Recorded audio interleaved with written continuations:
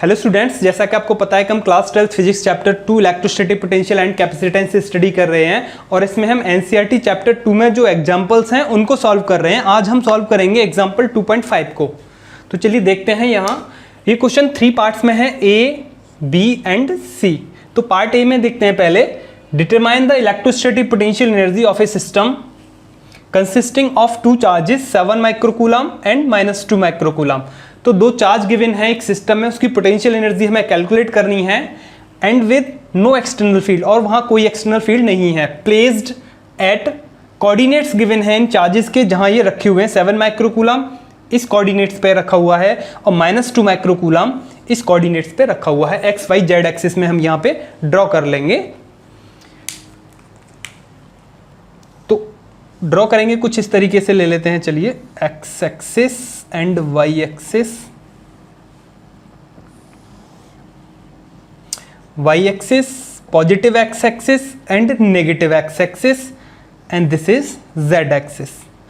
क्योंकि ये -x और +x बस इसी पोजीशन पे रखा हुआ है, z और y की तो जरूरत है ही नहीं क्योंकि दोनों ही कोऑर्डिनेट्स 0 गिवन है यहाँ पर। ठीक है, तो 7 माइक्रोकूलम कहाँ रखा हुआ है? -9 सेंटीमीटर ओरिजिन O से यहाँ पर मान लेते हैं, यहाँ रखा हुआ है 7 माइक्रोकूलम, -9 सेंटीमीटर। ठीक है, तो पॉजिटिव एक्स एक्सिस तो इधर है, नेगेटिव एक्स एक्सिस इधर है, तो ये इस डायरेक्शन में है, ये 9 सेंटीमीटर डिस्टेंस है। ठीक है, 9 सेंटीमीटर, और ये पॉजिटिव 9 सेंटीमीटर है ना, पॉजिटिव 9 से पॉजिटिव एक्स एक्सिस पे जाएंगे हम यहाँ से 9 सेंटीमीटर डिस्टेंस पे, और यहाँ रखा हुआ है कौन? -2 माइक्रोकूलम चार्ज। इसको हम मीटर में कन्वर्ट कर लेंगे तो 0.09 मीटर हो जाएगा ये। ठीक है, क्योंकि क्वेश्चन को सॉल्व करेंगे तो ऐसा ही सिस्टम में सॉल्व करेंगे हम। अब हमें कैलकुलेट करना है इस सिस्टम की पोटेंशियल एनर्जी पार्ट ए में। सॉल्यूशन देखते हैं पार्ट ए का। सिस्टम की पोटेंशियल एनर्जी क्या होता है? सिंपल, कोई भी 2 चार्ज हैं K Q1 Q2 upon distance between the charges Q1 Q2, और Q1 Q2 को हम कैसे लेते हैं? विद साइन लेते हैं। यहाँ Q1 Q2 कैसे हैं? प्लस माइनस हैं, तो सिस्टम की पोटेंशियल एनर्जी माइनस में आएगी यहाँ पर। तो चलिए पुट करते हैं इन वैल्यूज को यहाँ पे हम। ये 7 माइक्रोकूलम, Q1 कितना है? 7 माइक्रोकूलम, जिसे हम लिख सकते हैं 7 × 10⁻⁻6 कूलम। Q2 कितना है? -2 माइक्रोकूलम, जिसे हम लिखेंगे -2 × 10⁻⁻6 कूलम। डिस्टेंस कितनी है इन दोनों के बीच में? 9 सेंटीमीटर 9 सेंटीमीटर 18 सेंटीमीटर 18 सेंटीमीटर, और मीटर में कितनी हो जाएगी ये? 10⁻⁻2 मीटर। ओके, तो ये वैल्यूज मिल गई हैं हमें। K कितना होता है? 9 × 10⁻9। ठीक है, इन वैल्यूज को हम यहाँ पुट करेंगे तो जो U आएगा वो कुछ इस तरीके से निकालेंगे हम। 9 × 10⁻9 K की वैल्यू पुट करेंगे। Q1 कितना है? दिस 7 × 10⁻6। Q2 कितना है? माइनस में है तो एक माइनस साइन आ जाएगा, उसको हम बाहर निकाल लेते हैं। 2 × 10⁻6 अपॉन डिस्टेंस कितनी है? दिस 18 × 10⁻2 18 × 10⁻2। अब हम इसे सॉल्व कर लेते हैं, बस ये काम बचा है हमारा। यहाँ पे कैलकुलेशन को सॉल्व करना है यहाँ। तो देखिए 9 2 ज़ा दिस 18, एंड ये 2 से 2 कैंसिल। ठीक है, अब कौन बचेगा यहाँ पे? 7। ये देखिए 97 नहीं है, 10⁻9 है, और 7 × दिस, ये वैल्यू अलग है, ध्यान रखना है यहाँ आपको, कहीं आप 97 समझ लें इसे। 7 × 10⁻9, ऊपर कौन है? -6 -6 -12, तो -12 आ जाएगा 10⁻12, और ये 10⁻2 ऊपर जाएगा +2 हो जाएगा। ओके, तो ये कितनी वैल्यू हो जाएगी? 7 × 10⁻9 - 12 -3 + 2 10⁻1। तो सिस्टम की जो पोटेंशियल एनर्जी आएगी वो आएगी 0.7 जूल। ठीक है, क्योंकि यूनिट जूल होती है वर्क और एनर्जी, पोटेंशियल एनर्जी की, तो ये होगा आंसर 0.7 जूल। तो फर्स्ट पार्ट का जो आंसर है, जो इस सिस्टम की जो पोटेंशियल एनर्जी होगी वो होगी सॉरी ये माइनस में आएगी वैल्यू, यहाँ से माइनस भी चल रहा है साथ में, माइनस को छोड़ गए हम यहाँ, माइनस दिस माइनस 0.7 जूल। अब हम कैलकुलेट करेंगे पार्ट बी को, इसे हटा देते हैं यहाँ से, वैल्यूज को हम यहाँ लिख देते हैं 0.7 जूल माइनस 0.7 जूल है सिस्टम की पोटेंशियल एनर्जी। इसकी ज़रूरत पड़ेगी अभी हमें आगे।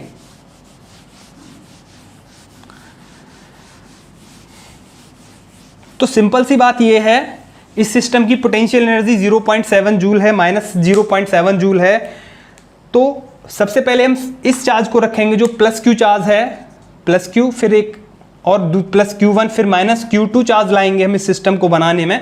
तो पहले हम प्लस क्यू को लाएंगे तो कोई भी वर्क नहीं करना पड़ेगा क्योंकि किसी एक्सटर्नल फील्ड में नहीं रखा होगा, वो अकेला होगा। फिर हम माइनस Q2 को लाएंगे इन्फिनिटी से, तो इसके फील्ड में लाएंगे माइनस Q2 को, तो हमें वर्क डन नहीं करना पड़ेगा, वो खुद आएगा चल के।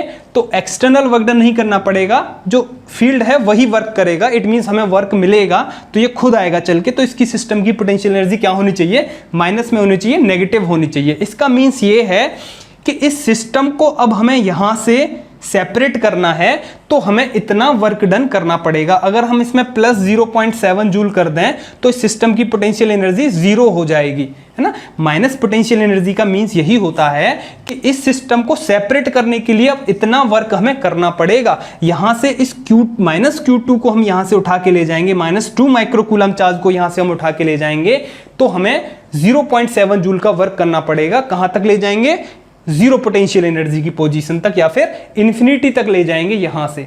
तो ये कौन सा वर्क डन है हमारा, ये है infinity to assemble the system, या फिर कोई भी पॉइंट कह दीजिए, है ना, इन्फिनिटी टू P कह दीजिए कोई भी पॉइंट। तो कितना वर्क डन करना पड़ा, 0.7 जूल का ये वर्क डन है, या पोटेंशियल एनर्जी या वर्क डन कह दीजिए आप इसको, एक ही बात है। तो इतना वर्क हमें करना पड़ा जो कि माइनस में है, तो खुद आएगा वो, ठीक है, अपने आप आएगा। केवल जो एक्सटर्नल वर्क डन होगा उसके अपोजिट लगाना पड़ेगा उसको, डेल्टा के 0 रखने के लिए। वो बात आपको समझते हैं, उसकी जरूरत नहीं है यहां पर।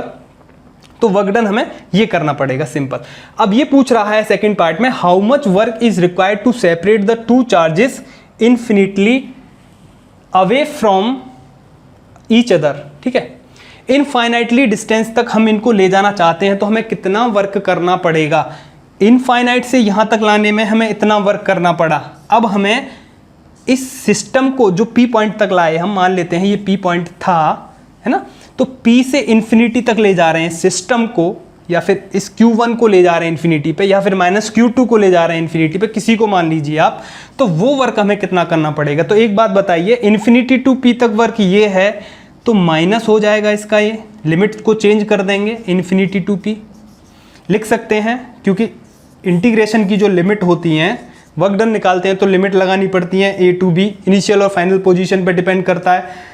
अगर हम वर्क डन की लिमिट को चेंज करते हैं तो यहाँ माइनस आ जाता है, यहाँ हम B कर दें, A टू B था, अगर हम यहाँ A करें यहाँ B कर दें तो यहाँ माइनस साइन आ जाता है। इसीलिए हम इसकी यहाँ पे लिमिट चेंज करेंगे, यहाँ हम लिमिट चेंज करेंगे तो P टू इन्फिनिटी निकालना है तो इसका माइनस कर देंगे, सिंपल ना। तो इन्फिनिटी टू P कितना था, 0.7, माइनस ऑलरेडी है हमारे पास 0.7 जूल माइनस, है ना। इस वैल्यू को हमने यहाँ पुट कर दिया तो कितना आया, P to infinity work done कितना करना पड़ा, 0.7 जूल। ये बात हम पहले भी बता चुके हैं कि इतना वर्क हमें करना पड़ेगा इस सिस्टम को सेपरेट करने के लिए। तो नेगेटिव पोटेंशियल एनर्जी का मीन्स यही होता है कि उस सिस्टम को सेपरेट करना है, इनफाइनाइट डिस्टेंस तक ले जाना है, जीरो पोटेंशियल एनर्जी की पोजीशन में ले जाना है, तो हमें कितना वर्क करना पड़ेगा, पॉजिटिव वर्क करना पड़ेगा उतना ही, तो जीरो पोटेंशियल एनर्जी उसकी हो जाएगी। तो इतना हमें वर्क करना पड़ेगा। तो ये बी का आंसर हो जाएगा, सॉल्यूशन बी। ये वर्क हमें करना पड़ेगा इस सिस्टम को इनफाइनाइट डिस्टेंस तक ले जाने के लिए। और आप इसको दूसरे तरीके से भी कर सकते हैं, इसी क्वेश्चन को कैसे कर सकते हैं, पार्ट बी को जो है दूसरे तरीके से भी आप कर सकते हैं, सिंपल है, वो एक ही बात है, कैसे भी कर लीजिए आप उसे। देखिए वर्क डन क्या होता है, किसी एक पॉइंट से ए से लेके बी तक हम वर्क डन पता कर रहे हैं, तो वो क्या होता है, सिस्टम की पोटेंशियल एनर्जी कैसे पता करते हैं हम? किसी सिस्टम की हमें पोटेंशियल एनर्जी का डिफरेंस पता करना है, UB माइनस UA अगर हमें पता करना है तो work done by external source from A to B, ये होता है। ठीक है, अच्छी तरह से जानते हैं आप इसे। अगर इसे माइनस में करना चाहते हैं तो इंटरनल सोर्स जो इलेक्ट्रिक वर्क डन है, जो इलेक्ट्रिक फोर्स वर्क करेगा A टू B, ये होती है बात। ठीक है, अगर इस सिस्टम को जहां फिलहाल ये पोजीशन है इसकी हम इसे A मान लें या 1 मान लें, कुछ भी मान लें, और यहाँ से कहीं हम इन्फिनिटी तक ले जाएं, यहाँ इन्फिनिटी तक ले जाएं और यहाँ पोजीशन B है, इस सिस्टम को पूरे को कहाँ तक ले गए हम? इन्फिनिटी तक ले गए। यहाँ A पॉइंट है, ये B पॉइंट है। A पॉइंट जब सिस्टम असेंबल है, B पॉइंट जहाँ पोटेंशियल एनर्जी उसकी ज़ीरो है और कहाँ है वो? इन्फिनिटी डिस्टेंस पर है वो पॉइंट हमारा। हमें क्या पता करना है? हमें वर्क डन पता करना है A टू B, तो ये होता है फॉर्मूला। ठीक है, अब हम क्योंकि हमें A से लेके इन्फिनिटी तक वर्क पता करना है तो इसको हम इन्फिनिटी कर सकते हैं। A टू इन्फिनिटी वर्क पता करना है। A को जब इन्फिनिटी करेंगे तो UA कितना, सॉरी B को इन्फिनिटी किया हमने, यहाँ पे B को इन्फिनिटी कर दिया क्योंकि B infinity point, infinite distance पे है वो पॉइंट। ठीक है, तो B को इनफाइनाइट डिस्टेंस पे कर दिया तो A to infinity work done करना पड़ेगा UB। Potential energy infinite distance पे क्या होती है? जीरो होती है, आप अच्छी तरह से जानते हैं। तो UB कितना हो जाएगा? 0 माइनस UA। A क्या है? A पॉइंट जो सिस्टम असेंबल था उस टाइम पोटेंशियल एनर्जी कितनी थी? वो थी ये, अभी हम निकाल चुके हैं पार्ट A में। कितनी थी? 0.7 माइनस में लगाएंगे इस वैल्यू को। UA कितना है?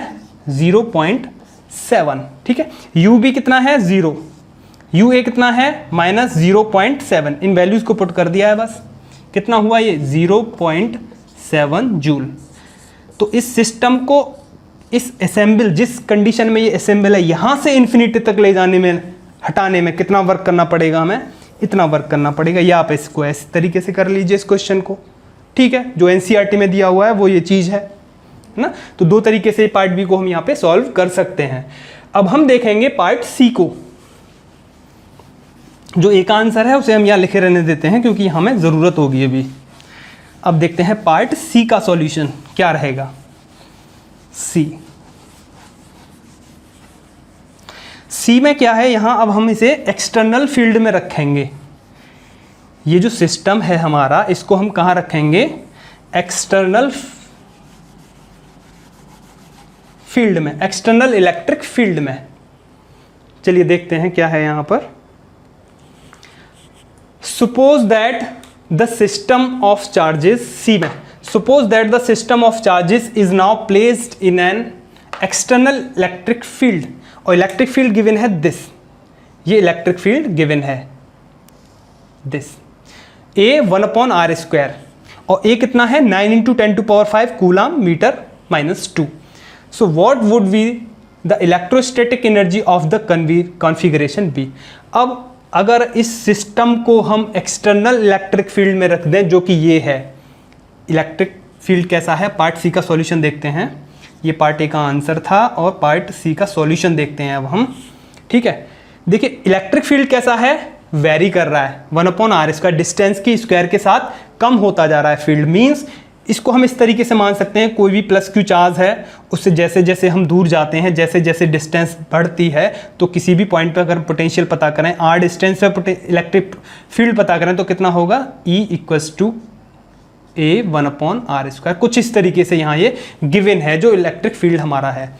तो इसी पॉइंट पर अगर हम पोटेंशियल पता करें तो कितना होगा? वो होगा VA 1/r। सिंपल सी बात है। कैसे होगा? देखिए इलेक्ट्रिक फील्ड और इसका रिलेशन अगर जब हम निकालते हैं, किसी Q चार्ज की वजह से किसी पॉइंट पे इलेक्ट्रिक फील्ड कितना होता है? KQ/r²। उसी पॉइंट पर पोटेंशियल कितना होता है? KQ/r। ठीक है, r डिस्टेंस पे कोई पॉइंट P है, यहाँ हम इलेक्ट्रिक फील्ड देखें तो ये होगा और पोटेंशियल देखें तो ये होगा। रिलेशन क्या हो जाएगा दोनों का? ठीक है, रिलेशन दोनों को डिवाइड कर दीजिए, क्या होगा? V किसी पॉइंट पे कितना होता है, इसमें r से मल्टीप्लाई कर दो आप, सिंपल है, पोटेंशियल आ जाएगा। ये होता है, किसी भी पॉइंट पे हमें पोटेंशियल देखना है तो क्या होता है? E × r। ठीक है, ई में आर से मल्टीप्लाई कर देंगे तो ये कैंसिल हो जाएगा, तो बचा हुआ क्या आएगा, वी आ जाएगा। तो V equals to E R, relation होता है सिंपल। तो हमें उस पॉइंट पर पोटेंशियल पता चल जाएगा, है ना। तो इस तरीके से कुछ ये होगा, चार्ज जो एक्सटर्नल फील्ड होगा वो हमारा कैसा है, इनवर्सली स्क्वायर डिस्टेंस के साथ वो वेरी कर रहा है ना, इनवर्सली वेरी कर रहा है स्क्वायर डिस्टेंस के साथ, डिस्टेंस का स्क्वायर कर दो उसके साथ वेरी कर रहा है, ठीक है। तो पोटेंशियल क्या होगा वहां पर, ए, क्योंकि रिलेशन अभी मैंने बताया था आपको, V इक्वल्स टू क्या होता है, E इंटू आर। तो V कितना हो जाएगा, यहाँ E कितना है, A 1/r² इंटू आर। तो V कितना हो जाएगा, R से ये कैंसिल हो जाएगा, तो V हो जाएगा A 1/r, ठीक है। तो जो फील्ड गिवन है उसका पोटेंशियल भी मैंने आपको बता दिया यहाँ पे कितना है, दिस, इसको मैं यहाँ लिख लेता हूँ नोट करके, V equals to A 1/r। Potential की हमें ज़रूरत पड़ेगी क्योंकि हम पोटेंशियल हमें पता होता है किसी पॉइंट पे, तो हम वहाँ पे पोटेंशियल एनर्जी आसानी से निकाल लेते हैं। ये मैंने आपको बता दिया है पहले ही, ठीक है। एक लेक्चर में बताए थे, सारे फॉर्मूले रिवाइज कराए थे, वहाँ हम पहले बता चुके हैं ऑलरेडी। किसी भी पॉइंट पे हमें पोटेंशियल एनर्जी पता करना है तो वहाँ हमें पोटेंशियल पता होना ज़रूरी है। तो अब इस पार्ट में क्या है कि the same system of charge is now place in an external electric field. अब इस सिस्टम को हम किसी एक्सटर्नल इलेक्ट्रिक फील्ड में प्लेस करते हैं, जो इलेक्ट्रिक फील्ड कैसा है, वेरिएबल है। तो मान लिया कि हमने यहाँ पे इसके ओरिजिन पे एक चार्ज रख दिया +q, जिसका ये इलेक्ट्रिक फील्ड गिवन है कुछ इस तरीके से, कोई चार्ज मान लिया, और 360 डिग्री सब जगह इसका क्या होगा, इलेक्ट्रिक फील्ड होगा इसका, in all direction, field lines होंगी, electric field in all direction होगा, इलेक्ट्रिक फील्ड होगा इन ऑल डायरेक्शन, सभी डायरेक्शन में 360 डिग्री पे इसकी फील्ड लाइन होंगी, तो electric field in all direction इसका होगा, इस डायरेक्शन में भी होगा, इस डायरेक्शन में भी होगा, तो सभी डायरेक्शन में इसका क्या होगा, इलेक्ट्रिक फील्ड होगा। अब ये जो दोनों चार्जेस हैं ये कहाँ रखे हुए हैं, एक एक्सटर्नल इलेक्ट्रिक फील्ड में रखे हुए हैं, जिसका इलेक्ट्रिक फील्ड कितना है, ये दिस, ये जो चार्ज हैं कहाँ रखे हुए हैं, अब एक्सटर्नल इलेक्ट्रिक फील्ड में, जो +q चार्ज का है ना। अब हमें क्या करना है, अब हमें यहाँ पर पता करना है पोटेंशियल एनर्जी सिस्टम की। तो फिगर बहुत ज़्यादा यहाँ पे कॉम्प्लिकेटेड हो गया, कचड़ा हो गया है, इसे हटा के मैं सिंपल फिगर ड्रॉ कर लेता हूँ। ये फिगर आपको समझ में आ ही गया होगा, बहुत ही सिंपल फिगर बना लेते हैं।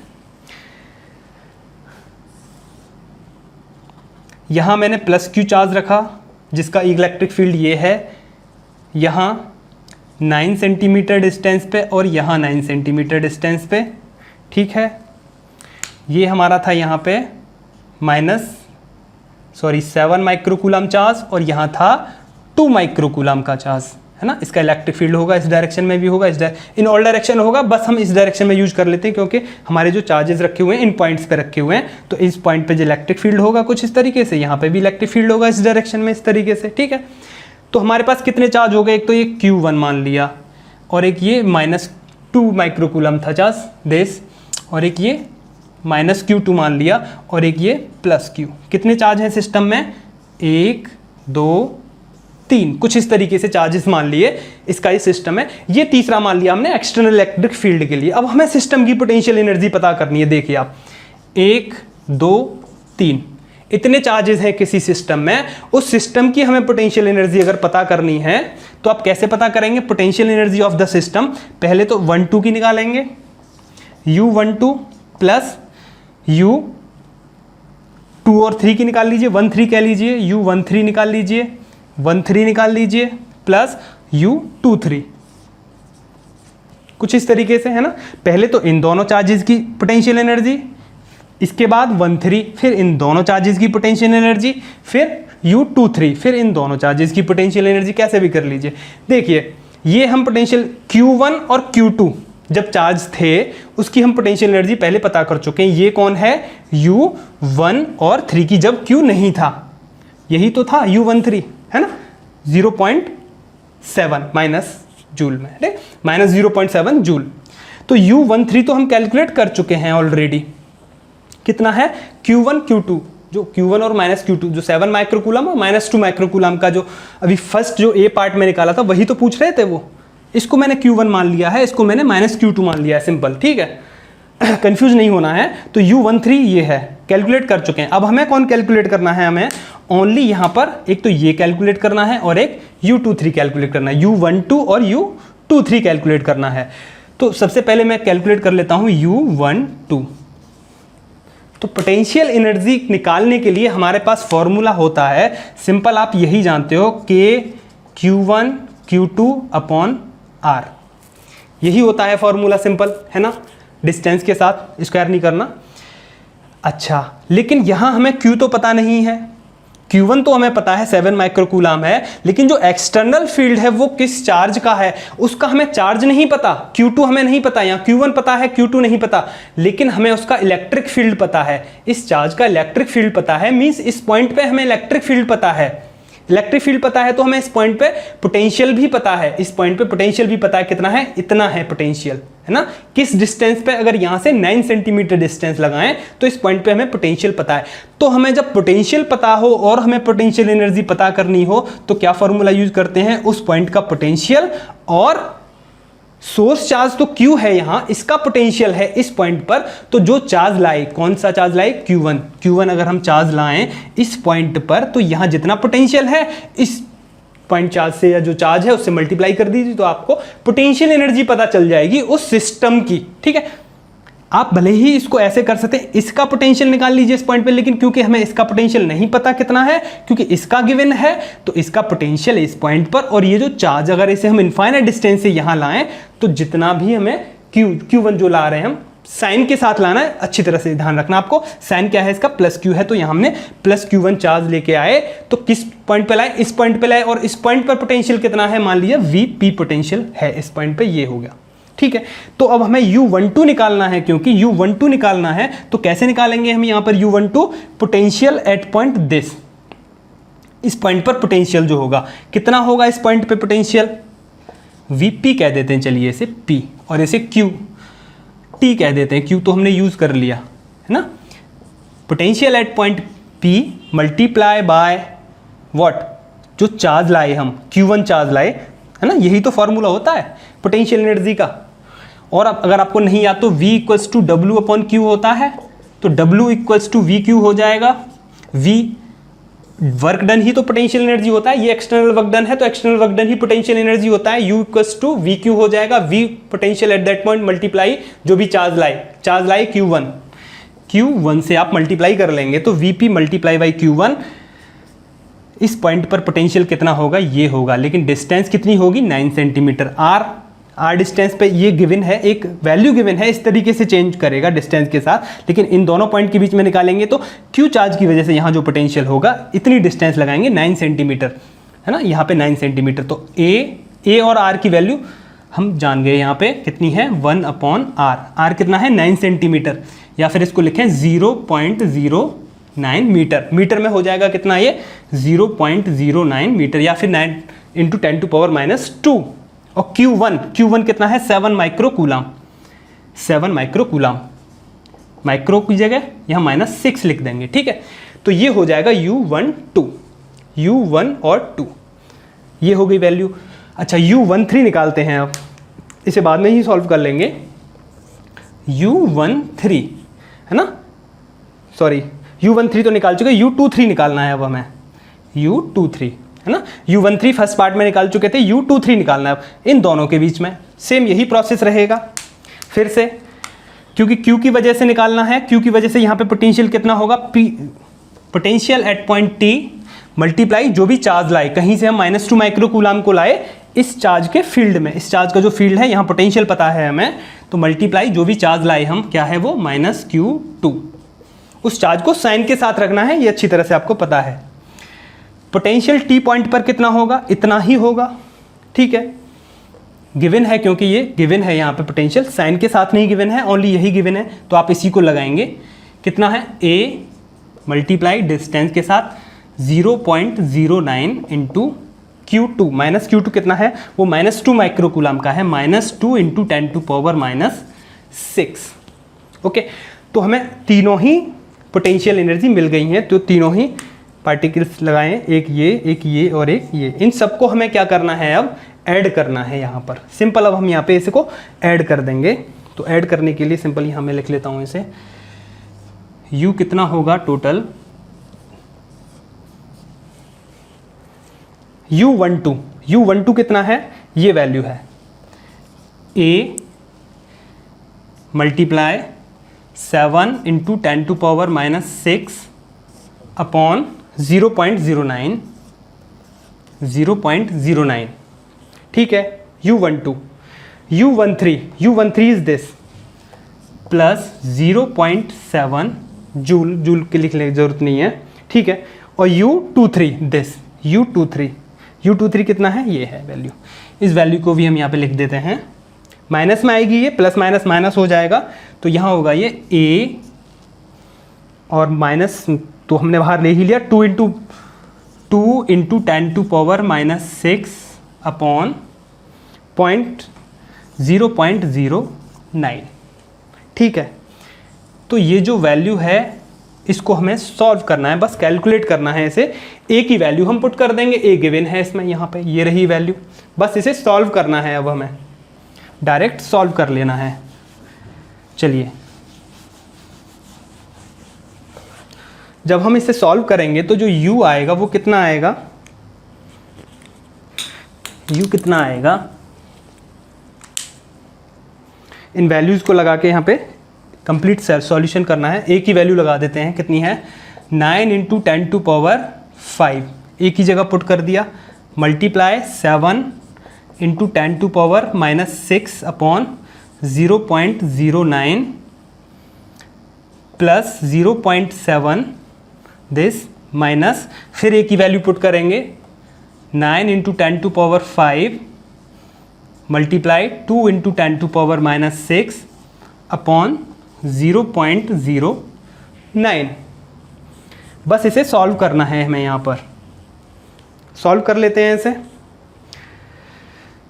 देखिए यहाँ कॉमन आ रहा है कुछ, 9 into 10 to power 5, 9 into 10 to power 5 और 10 टू पावर माइनस 6, इतना कॉमन है। 0.7 को अलग कर देते हैं, 9 into 10 to power 5 multiply 10 to power minus 6, इतना कॉमन है, इसको बाहर कर देते हैं। और 7 अपॉन, देखिए 0.09 ये भी कॉमन है, यहाँ पे भी है, यहाँ पर भी है। 0.07 को बाहर कर देंगे थोड़ी देर के लिए, 0.09 ये भी कॉमन है। तो यहाँ अंदर कौन बचेगा, 7 बचेगा, और इन दोनों में कॉमन लिया है मैंने यहाँ पे, तो ये माइनस साइन के साथ, और ये 2, और ये 0.7 है, इसको बाहर ही रहने देते हैं थोड़ी देर के लिए, ठीक है। इतना हो जाएगा, बस इन दोनों को लिया है और कॉमन ले लिया है ये, ओके। चलिए इसे आगे देखते हैं। अब यहाँ जगह कम होगी, इसे हटा देते हैं हम, इसे हटा देते हैं, इसे भी हटा देते हैं यहाँ से। इसे सॉल्व करना है बस।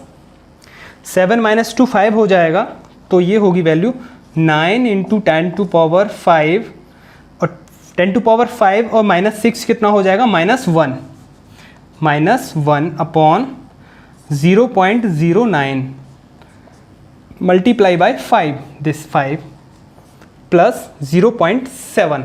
तो देखिए ये 0.7 प्लस ये जो आ रहा है 0.7, हमने यहाँ माइनस के साथ नहीं लिखा, ये यहाँ हमने गलती कर दी, यहाँ ये माइनस के साथ आएगा, गलती हो गई हमसे यहाँ से, ठीक है। वीडियो को बैक करेंगे आप, यहाँ ये -0.7 आपको पुट करना होगा, क्योंकि ये माइनस में है वैल्यू। U13 की जो वैल्यू हमने यहाँ पुट की है वो प्लस में ही पुट कर दी थी गलती से, आप इसे -0.7 कर लेंगे, ओके।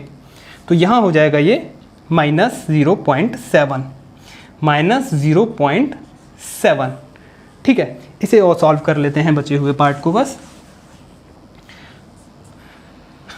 देखिए 9, इसको लिख देते हैं हम यहाँ पे 10 टू पावर -2, और ये कैंसिल हो जाएगा, और 9 से 9 कैंसिल कर देंगे, और 10 टू पावर -2 ऊपर जाएगा तो कितना हो जाएगा, 10 to power -1 plus 2 into 5 minus 0.7, okay.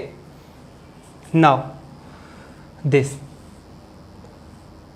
5, 7 minus 2 5, 9 से 9 तो कैंसिल ही हो गए, ये तो 9 कैंसिल ही हो गए, यहाँ पे 9 तो आएगा नहीं यहाँ पे, तो यहाँ क्या बचेगा हमारा 5 इंटू 10 टू पावर 1 माइनस 0.7, तो कितना होगा 50, 5 10 जा 50 माइनस 0.7, तो 50 में से 0.7 आप माइनस करेंगे तो कितना आएगा यहाँ पे 49.3 जूल।